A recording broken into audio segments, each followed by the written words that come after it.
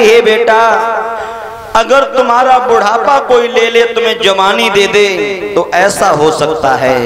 महाराज आयाती ने यज्ञ रचवाया, और जब यज्ञ रचवाया है तो नतीजा ये हुआ, सभी को बुलाया। जब शाम को दावत शुरू हुई तो दोनों हाथ जोड़ के कहने लगे, मैंने आपको यहाँ किस लिए बुलाया है? सभी लोग मेरी बात सुनो। इतने हमारे मेहमान बैठे हैं, हमारे परिवार के बैठे हैं, मुझे कोई अपनी 100 वर्ष की जवानी दे दे। अरे भैया, नए नए लड़कन ने सुनी, बोले जे पूरी की नहीं अच्छी लगती, बुढ़ापा कौन ले? बुढ़ापा सबसे बड़ो तो खुदाई है। बगैर लड़ुआ पूरी खाए उठ के चले गए, कोई वहां नहीं रुका। महाराज आयात ने अपने पुत्रों से कहा, लेकिन प्यारे एक बात बता रहे हैं, बुढ़ापा बहुत बड़ा दुखदाई है। एक ने बहुत सुख दिखाए, खेले कूदे कोलाहल मचाए, पट्टी बत्ता बगल में दबाए, पढ़ने पाठशाला में धाए, क्या बताऊं बताया न जाए, उन दोनों की बहुत याद आए। कब? जब हम स्टूडेंट लाइफ में थे, जब हम पढ़ने जाते थे।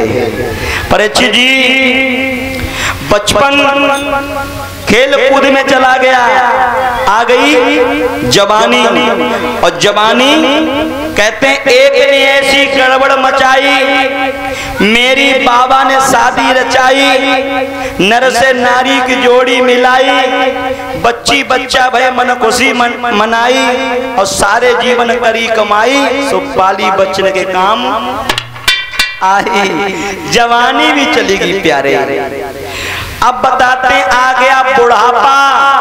अब बुढ़ापा सबसे दुखदाई है।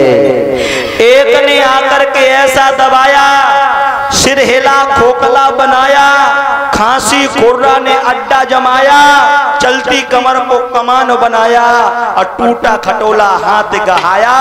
सब लोग नफरत करते हैं बुढ़ापे में प्यारे। उसके बाद आ गई सबकी नानी मौत।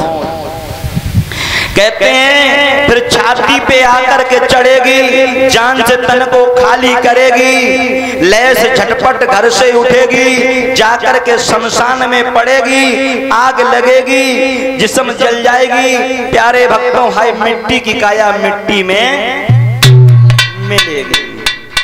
भक्तों, एक कवि कहता है कि उमरिया बिताए दई, राम नहीं जाने उमरिया बिताए दई।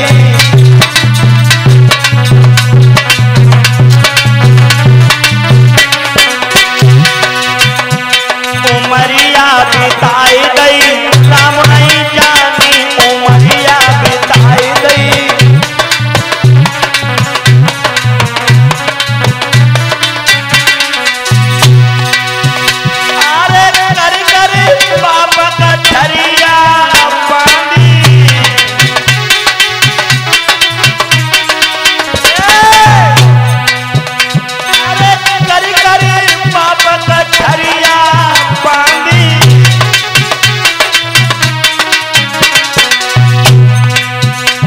सुरतिया बुलाए दई, राम नहीं जाने सुरतिया बुलाए दई।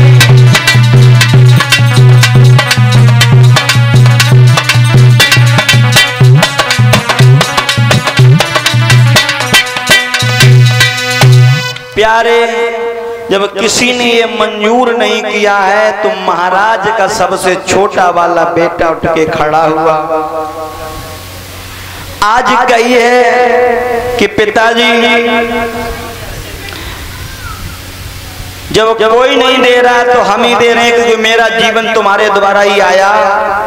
कि मेरी ये देह स्नेहमयी प्रभु हुई की प्रेम निशानी है, और तुम ही से मिलो लड़कपन है, तुम ही से मिली जवानी है। आज छोटे वाले बेटे ने अपनी जवानी दी। 100 वर्ष बीते। महाराज ने 100 वर्ष के बाद में सद्भक्तों आज यदु को राज्य सौंपा है, चले गए भगवान का भजन करने के लिए। आओ उन्हीं की 56वीं पीढ़ी के बाद मथुरा नगरी में एक राजा हुए हैं आहुक महाराज, और इन्हीं आहुक महाराज के 2 पुत्र हुए हैं, देवक और उग्रसेन। उग्रसेन मथुरा नगरी के राजा बने हैं। ये कथा बड़ी पावन है, बड़े ध्यान से सब लोग सुनेंगे। आओ उससे पहले को छोटो सो कीर्तन बोल लेते हैं सब लोग। आज आपके इस वेद पावन धाम अर्जुनपुर में यदुवंश शिरोमणि भगवान कन्हैया का अवतार होगा। हम सभी माताएं भाई बंधु बड़े प्रेम से